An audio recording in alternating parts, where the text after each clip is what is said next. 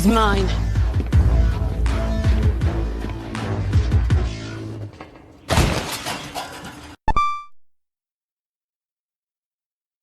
Valkyrie is the heavy-drinking, battle-hardened Asgardian warrior from the Marvel Cinematic Universe.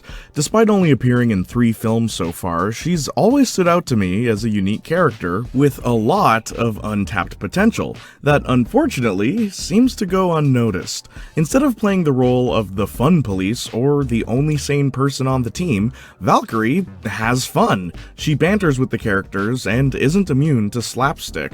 Instead of learning a lesson of self-acceptance and discovering that she was already perfect, Valkyrie learns a much harsher lesson about overcoming trauma. When she tried to escape her banishment, he sent the Valkyrie in to fight her back. I only survived because... Look, I already faced her once back when I believed in the throne, and it cost me everything. This was all present during her introduction to the franchise, so you can imagine my disappointment seeing that it never truly gets explored in her following appearances, which is a shame because, honestly, Valkyrie would be an interesting character to explore. How a traumatic experience broke her heroic spirit, causing her to shut down and do evil things for money. Sure, she overcomes the initial pain of isolation, but we never see Valkyrie face the consequences of her actions, nor do we have any idea about whether or not she regrets any of it.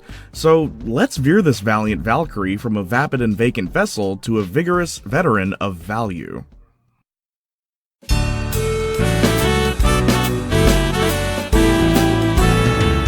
Jayniac.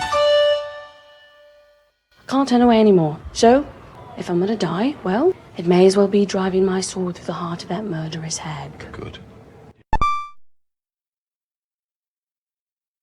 In order to make some adjustments to Valkyrie's story, we first need to analyze what's already been established. The last thing we'd want to do is deviate from the pre-existing narrative, right? Being a powerful Asgardian already gives her an edge in combat, but being a Valkyrie gives her a lot more than just sheer strength. When looking closely at how Valkyrie fights, it becomes quite noticeable that a lot of her hits rely on precision rather than force, always going for the vitals instead of just hitting things hard. This sits as a perfect contrast to Thor's much more destructive and aggressive fighting style. Not only does this reflect their different personalities, but it also reflects their strategies. Too often Thor's plan involves, well, just being mighty, and, I mean, can you blame him? Yeah, but, this Thanos we're talking about, he's the toughest there is. Well, he's never fought me. Yeah, he has. He's never fought me twice. So it comes as no surprise that in most situations, Valkyrie plays the role of strategist, and even if her plan isn't the best one, she's quick to adapt to whatever is suggested by her teammates. Pair all of this with her piloting skills, focused mindset, and encyclopedic knowledge of Asgard, and it's easy to see why Thor appointed her the King of New Asgard instead of, say, Lady Sif. Even more interesting is why Valkyrie would agree to take the position to begin with. I'm not getting dragged into another one of Odin's family squabbles. That's what's wrong with Asgard. The throne, the secrets, the whole golden sham. I agree. After going to battle with her fellow Valkyrie, all of whom met their end at the hand of Hela, Valkyrie rejected Asgard, realizing that at any given moment she'd be expected to fight and potentially lose her life, even if it was the fault of her king. She is the sole survivor of a conflict that wasn't her own, so she shuts down and finds refuge on Sakaar, a planet ripe with trash and violence. There she lives a new life as Scrapper 142, acquiring contenders for the Grandmaster's gladiator death matches, her most notable acquisitions being Hulk and Thor. What's the problem? Well, it's all against their will. For years, Valkyrie's been capturing people and forcing them to fight for their lives and work unpaid labor. All so she can get paid, so she can buy drinks, so she can forget about her past, and it's a never-ending cycle for her. That is, until she meets Thor, who calls her out for her actions. Sure, she's experienced loss and is coping with her trauma, but none of that justifies what she's doing. Having once been a victim of battle, it's sad to see Valkyrie sending people to battle. When this is brought up by Thor and later Loki, she's always brought to a stunning silence. During her introduction, she says that no one can leave Sakaar, but once she decides that she wants to defeat Hela once and for all, she already has a plan, which means she could have left at any time, but chose not to. Thor says just enough to help Valkyrie face her trauma head-on so she can do her best to overcome it. So how come when the roles are reversed and Thor is going through a traumatic experience, we don't get to see Valkyrie do the same for him? It's a gigantic oversight because it just makes sense. We see her taking care of Asgard while he struggles, which shows that she clearly does care. But instead of having Hulk talk Thor out of hiding, why not have Valkyrie do it? It'd be the perfect role reversal, her calling him out with all his heroic talk when they first met, and showing that she understands how hard it is to have lost and survived, and that it doesn't mean they should give up and stop fighting. It could really solidify the bond between the two of them. Speaking of which, Valkyrie seems to get along with everyone pretty well, and this is especially noticeable once she becomes king. She says she'll be making changes, and everyone adjusts to those changes pretty well, except her. I love being king. I love my people, but it's all meetings and Ravenmail and meetings. It could have been Ravenmail. I miss fighting. I miss my sisters. She misses the battle and is eager to fight again, preferably with a companion, of which we never see. Valkyrie's relationship status and how she feels about dating is left pretty ambiguous in some aspects. The most we get out of it is the conversation she has with Korg. I don't know if I want that again. Is that because you lost your girlfriend in battle and never forgave yourself, and now you just try to find answers in the bottom of a bottle? Yeah. And this scene right here. I guess Val is in the process of accepting that she might be better off single. Who knows? What I do know, however, is how we can fix this.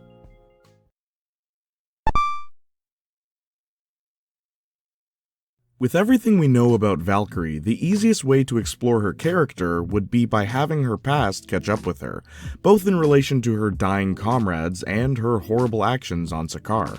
How, you might ask? Well, since Agents of S.H.I.E.L.D. and more recently She-Hulk have given us a few examples of rogue Asgardians running around causing havoc on Earth, as the king of New Asgard, Valkyrie could be held accountable for it. After hearing accusations of her being a negligent king and conspiracies of her encouraging an Asgardian uprising, Valkyrie tells the public that she will single-handedly stop all the rogue Asgardians, in an attempt to restore her positive image while also getting herself back on the battlefield.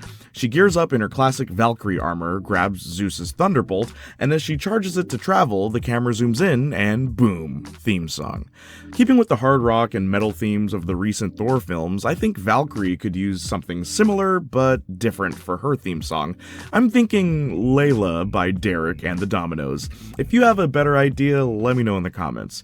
Anyway, the theme song's visuals should be a montage of images of her stopping different Asgardians from different parts of the world, in the same art style as Odin's throne, showing the audience that she's been at it for a while. We cut back to the show, and Val's just returning to New Asgard with her most recent rogue Asgardian. She's called a traitor for arresting them, but Val pretends not to care. She's told by her royal guards that there've been reports of another rogue in Hell's Kitchen. Valkyrie sighs, exclaiming that she may have bitten off more than she can chew, but persists nonetheless. She arrives at the scene of the crime, where she has a run-in with Ghost Rider. Wait, you're not Asgardian, Valkyrie ponders out loud. The two fight, ultimately ending with Ghost Rider having Valkyrie chained up in flames. He pulls her closer and uses the penance stare, forcing her to mentally relive every atrocity she committed on Sakaar, while also showing the audience what kind of person she was before Thor showed up. Valkyrie blacks out, and when she comes to, the whole street is set ablaze. People surround her, taking pictures of what they assume was her fault. Unable to assess the situation properly, she uses Thunderbolt to return to New Asgard. Sad that her sentimental armor is burnt, Valkyrie, being a strategist, hatches a plan to go undercover through Hell's Kitchen to figure out what might be going on. So, she dons a leather biker jacket, blue jean shorts, and some high boots, but since she's not completely accustomed to Earth's fashion, she still adds a few Asgardian touches, as well as a retractable spear. She even puts her hair in pigtails, paying a nice homage to her comic book design. Pretty cool, huh? To make a long story short, Valkyrie meets Ghost Rider again, and though she's eager for round 2, he explains to her that there's been a misunderstanding. He came to Hell's Kitchen to fight a fire demon that's been traveling through different forms of hell.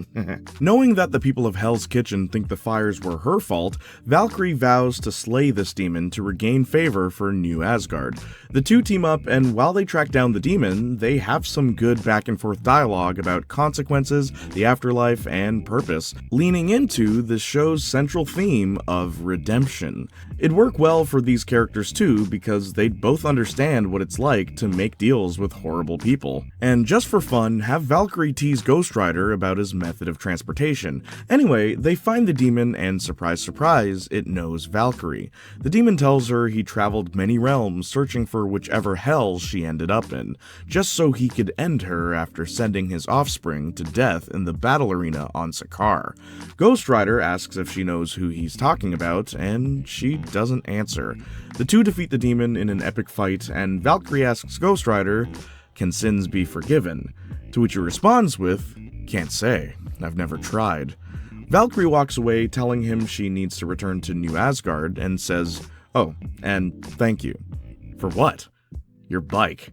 Valkyrie pulls the throttle, the bike ignites on flames, and she teleports away with Thunderbolt. Valkyrie goes home and reflects on things, knowing that she now has to deal with rogue Asgardians and Sakaarians.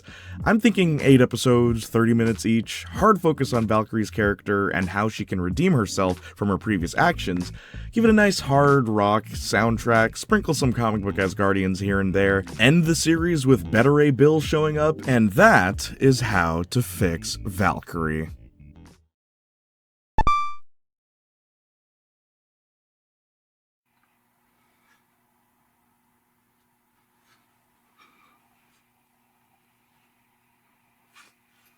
Valkyrie is definitely one of my favorite MCU heroes, not so much because of what she is, but rather what she could be. And the more I see her, the more I hope that she gets a little more to do and maybe a bit more focus. I'm all about character writing, so nothing hurts me more than seeing a really cool character not given much to do. I mean, the least she could do is follow me on my social medias, but especially Twitch if you want to see me live stream. Seriously, I live stream every single week. People have asked me where I've been. Just go over there. And if you like hearing my voice, be sure to check out the Junior and Marcus Talk podcast, where my best friend and I talk about whatever's on our mind. Sorry for the brief hiatus. We will be back at the end of the month, God willing. And I have a merch store. Go ahead and check it out with the link that's on screen right now. Hopefully I'll be able to update it at the end of this year or the beginning of next year. So, what do you want me to talk about next? I'm not talking about kid shows anymore, guys. I'm done. That's why I left. Don't ask me. Okay? Let me know in the comments down below. Until then, I'll leave you with this. What are you doing? No, I'm sorry, I thought that there was a squeeze. Yeah, it was like a good luck squeeze. Right. It wasn't like a kiss me squeeze. That's so embarrassing. No, that's okay.